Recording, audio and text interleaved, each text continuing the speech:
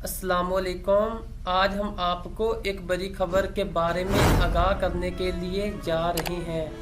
سوال یہ ہے کہ 2030 میں ایک سال میں 2 مرتبہ رمضان کیسے آئیں گے؟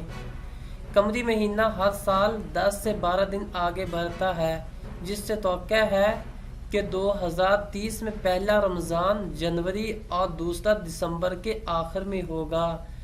فلکیاتی ماہرین کا کہنا ہے کہ 2030 میں ایک ایسا برس ہوگا جس دوران عالم اسلام کے لیے رمضان ایک سال میں 2 مرتبہ آئیں گے۔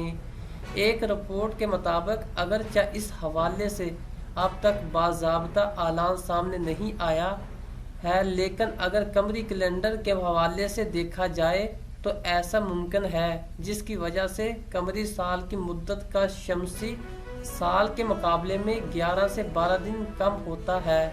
قمری مہینہ ہر سال 10 سے 12 دن آگے بڑھتا ہے، جس سے توقع ہے کہ 2030 میں پہلا رمضان جنوری اور دوسرا دسمبر کے آخر میں ہوگا۔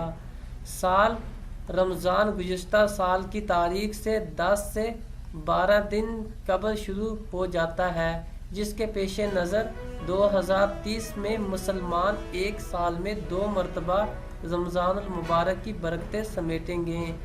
دبئی سے منسلک فلکیات گروپ کے چیف ایگزیکٹو حسن احمد الحریری کا کہنا ہے کہ قمری کیلنڈر کے تناظر سے ایک سال میں 2 مرتبہ رمضان کا آنا کوئی عجوبے کی بات نہیں ہے، کیونکہ قمری مہینہ ہر سال 10 سے 11 دن آگے بڑھتا ہے۔ رپورٹ کے مطابق امکان ہے کہ 2030 میں رمضان جنوری کے اوائل میں، اسی طرح عید فروری کے آغاز میں ہوگی، جس کے بعد ایک بار پھر دسمبر میں سال کا دوسرا رمضان دیکھا جائے گا۔